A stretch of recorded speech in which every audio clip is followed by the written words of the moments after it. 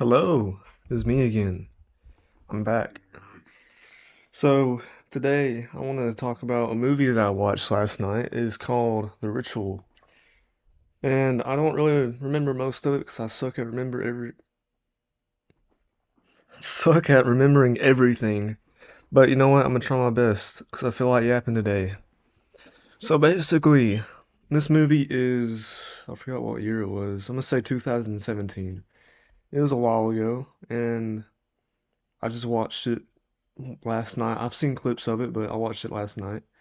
Basically, this movie it has five people in it. I don't remember their names, but five people.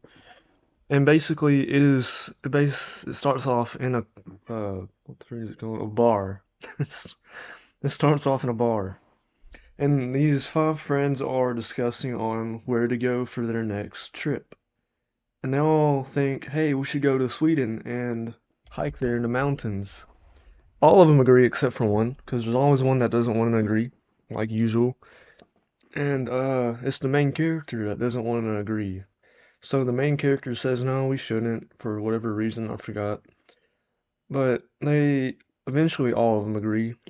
Then they then get out of the bar and they go to the store, to the liquor store, to get some drinks and stuff for whatever reason. So they go to the store, and three of the friends they stay out and stuff.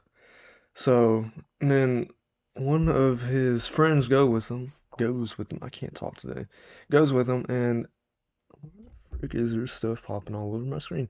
He goes in with him with this friend. Excuse me, I'm making a video here. I'm getting pop-ups like crazy. And he goes into store with his friend, and he then confronts his friend about like, hey, we shouldn't do this because like we're older now, which I mean it makes sense, but his friend then says, "No, it's fine. We're just trying to have fun. It doesn't like, it won't hurt." So they then go get some alcohol and stuff, but then his friend or he spots a cashier like curled up in the corner and she looks all beat up and crap, and then they realize the store's getting robbed. So then these two robbers come out with a hostage and they're like threatening them with a knife, like, give us your money, like, like a normal robber would. And the guy then throws that guy somewhere, and then they see them two, but the main character hides behind an aisle or whatever to try not to get caught because he's too scared. His friend just stands there and just like, holy crap, I've been caught. There's nothing I can do. And then the two robbers then ask for him like for his money and stuff, and they threaten him. So he gives them his wallet to him. And they want more because they're greedy, like every robber is. So they didn't see his ring, and it was just like, "Give me your ring," which he doesn't want to because he's married, and it's a declaration of love. And they're like one of the robbers got pissed off and slashes the man's face. He falls to the floor, and then I don't remember if he got shot or something happened to his skull, and they cracked his skull or something, killed him. He's bleeding everywhere. But then the screen then cuts to 6 months later, so the main character is with them. It's just four of them now.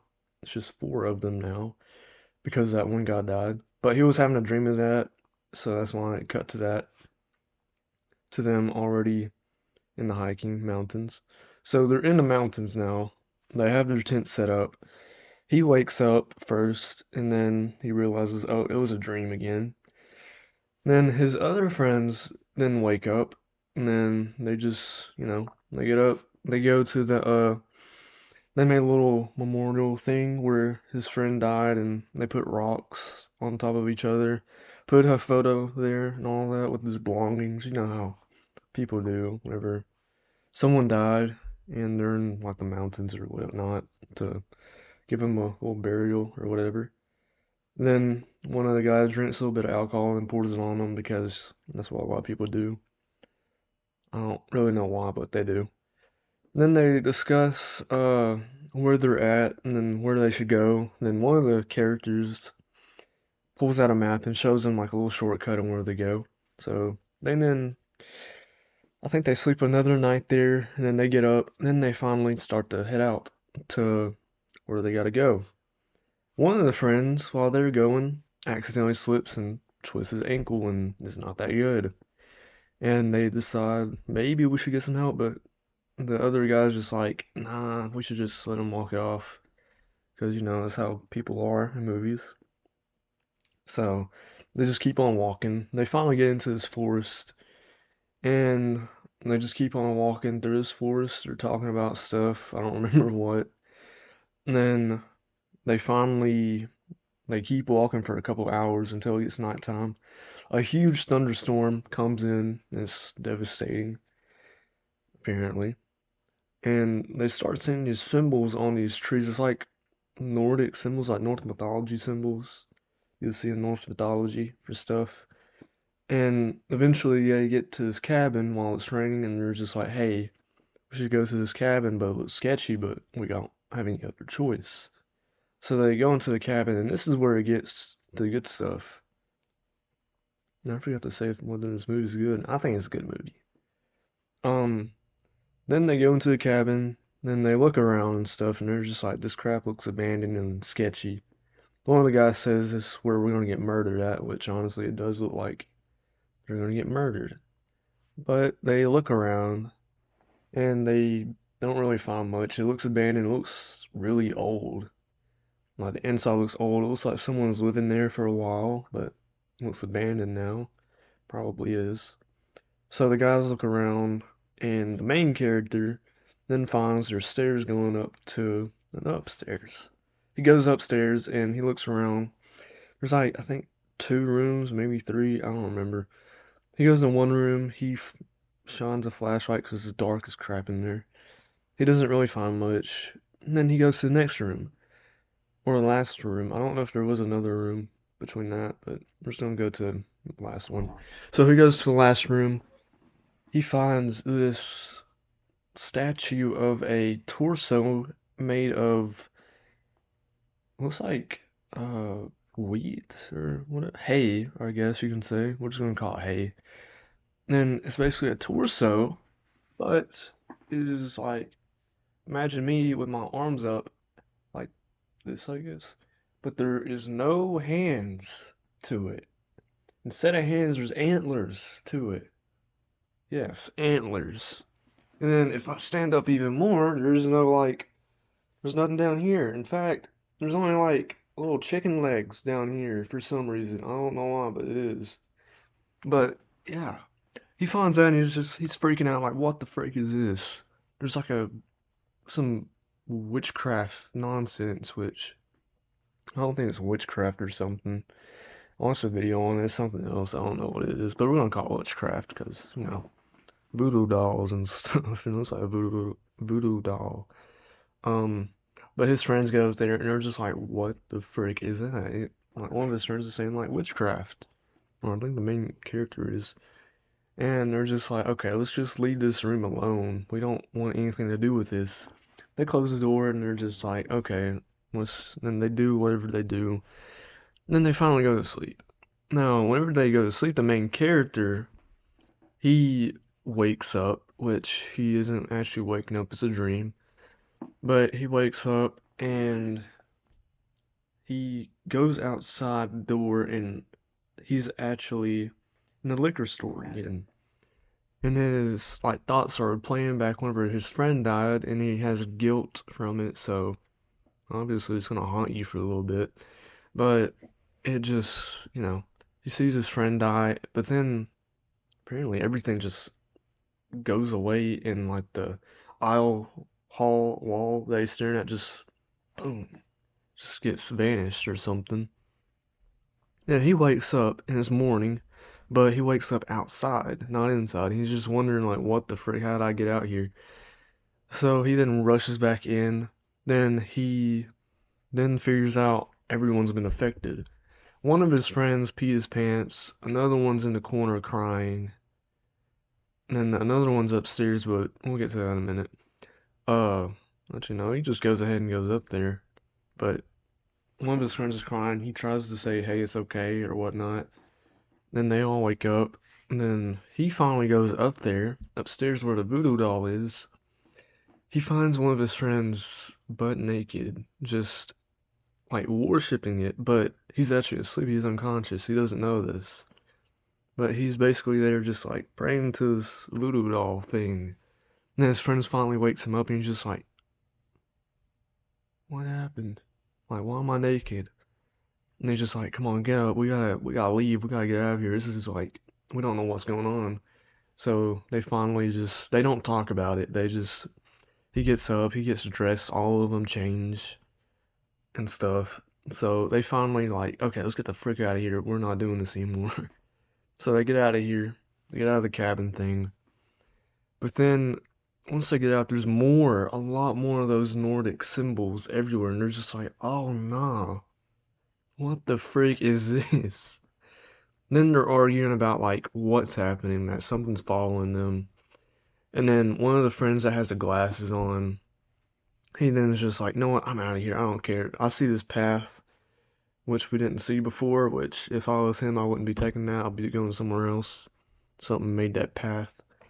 So this friend then just does not care whether he's alone or not. He goes down the path. Then his friends are just like, okay, we gotta follow him now. So they follow him, and I don't really remember too much of what happens, but they go down this path, and eventually they rest at this stopping point because his leg, the guy with the glasses on, is his leg got twisted and it's getting a lot worse. So it's getting like infected and crap. So they had to set up camp for tonight.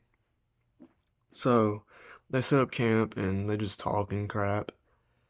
And they talk about where they're gonna go next and whatnot. And then it turns night, or no, it's getting close to night, but not night. Um, then the one of the guys say to the main character just like, hey, go like southwest, I think he was saying, and I'll watch over these two so you can try to go get help.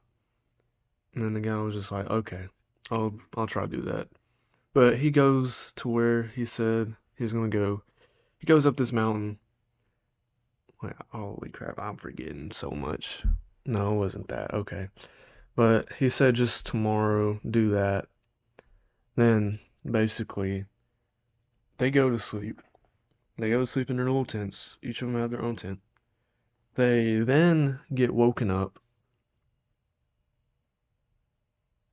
I forgot so much. Okay, so basically he gets woken up again with the whole dream. I was trying to think because there's like so many scenes where they have this little scene where he's in the alcohol store again. But it happens again. He's in the alcohol store again, but this time there's people. There's these two murderers again. He looks at them, and then the scene switches over where he hears like a roaring sound, but then he wakes up again. He's in the tent. He's just like hears screaming, like and one of his friends is screaming. And he gets up. He just gets out of the tent as fast as possible. His other friend that told him just to go southwest after all this to get help, he's out here. He's just like crying. He's just like, what the freak? And his friend's just like, hey, what happened? He's just like, I saw these shadows and there's this giant creature that took our friend and he's gone. So they then just, they have to get out of there. They eventually, they run out of there. The creature doesn't follow them, but you know the creature's secretly following them. So they eventually just they leave and they're just talking about like, holy crap, this thing took our friend. Now it's only three of us. So they finally keep on going. And eventually they find their friend, but their friend is literally hung up on a tree, like stabbed everywhere, and their stomachs ripped open. And they're just like, holy crap, I think one of them pukes. Then they somehow get him down from the tree. I don't know how, because he was high up there. Lots of branches just like protruding out of him and crap. But they get him out of there. They cover him with sticks. Just like, we gotta get out of here. This is not good. So they finally keep on going, and then I remember, okay, yeah. Then they keep on going. Then they finally get up to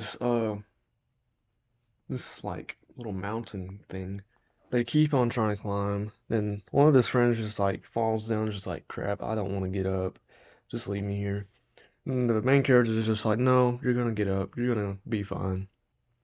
So they finally get up. Then he, the two other friends finally just sit and rest. He goes up to this like mountain where they were supposed to head like northwest or southwest, wherever it was, because he was trying to remember like what his friend said. And then he was just like, "Holy crap, we made it!" Because he was at this mountainside, and he saw these like lights or fires or something. I'm pretty sure he saw like where they needed to go over this mountain. It's just like, "Oh my gosh, we're almost there." I think he saw the village and he thought that or something. So he went back down, and somehow it already turned nighttime. I don't know how. I think this creature manipulates stuff. I don't know. And then they go back. He goes back down to his two friends again, and whenever he's just calling out for him, his friend's just like looking, and he's just like, "Hey, come up here! Like, look at this." His friend gets yoinked by this creature, and it's the creature that's been following him for a little bit. Then he was just like, "Holy crap!" And then you could see him like struggling. His light's just going everywhere. And eventually his light falls, and he's gone. He's dead.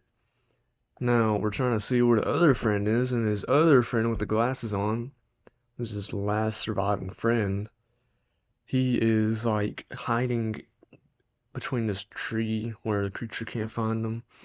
And he's just like, he's looking for his friend, he's just like calling out for him, just like, shh, shh. And then, like, he spots him, he's just like, oh, okay. And then he hides with him. And he's just like, what the frick was that? He's just like, it was some, like, big giant creature, just, like, really fast and stuff. And he's just like, okay, look, we're gonna have to, like, get out of here. You're gonna have to, like, and, you know, his leg's hurt. This is the friend that has his hurt leg. So he's like having to say, okay, we're gonna have to get out of here. Okay, on the count of three, we're gonna have to run. I know you don't want to, but we have to. This creature is just like it's chasing us. So we're getting to the end of the film, close to it. Then they start to run. They hear the creature coming. They're just like they're trying their best to run and crap. They finally find these lights that he saw on the mountain peak. Then he goes to this. There's a cabin. He's just like, oh, thank gosh. They run into the cabin. They have to bash open the door. They both fall. And then once they get in here, the whole cabin's lit up. There's actually a person in there. This person is on their knees worshiping this like symbolized wall or something. And this woman is a woman apparently. She knocks him out with her foot. She just like basically, it's not even a hard like kick. It's just like a boom. They somehow get knocked out by that. I don't know. Then they wake up chained up. So apparently they ran into this village, and it has to do something with the creature. They wake up, they're chained up, and these people come in. They look really old. They look Norse mythology like, which is based off of Norse mythology, this movie. And one of the guys that are like really old, and he's with the village, which they're in a village. He sees like he gets this little peephole, like there's like dust in it. He just gets the dust out. He peeps through it. He sees that there is this little setup happening with the cross or something. So they're getting ready for a sacrifice. And he doesn't know what the heck's happening. He just got knocked out and now he's here. Now he sees there's already something happening outside. So these people come in, and this old lady, which knocked him out, gives the main character some water. And she looks at his chest and sees that there's a symbol, which I forgot to tell you, there's a symbol on his chest he sees. And the woman also like gives him a look of her chest and sees that there's also an ornament, like a symbol on her chest. So he's just like, what's happening? Where am I? She doesn't talk. There's only one that talks to him, which actually talks English to him. And she says just like, your friend's gonna be sacrificed. And then don't worry, it's gonna be over soon. The friend then gets captured by him again. He goes upstairs with these people and he gets tortured because you can hear like him crying and yelling and pleading for them to stop. Then he comes back down, he gets chained up and he's all beat up and crap. And this woman talks to him about like this creature is our God. It's He grants us life, like eternal life, as long as you worship it. He gives us clean water and everything if you worship it. If you don't, you're gonna get sacrificed, you're gonna get killed.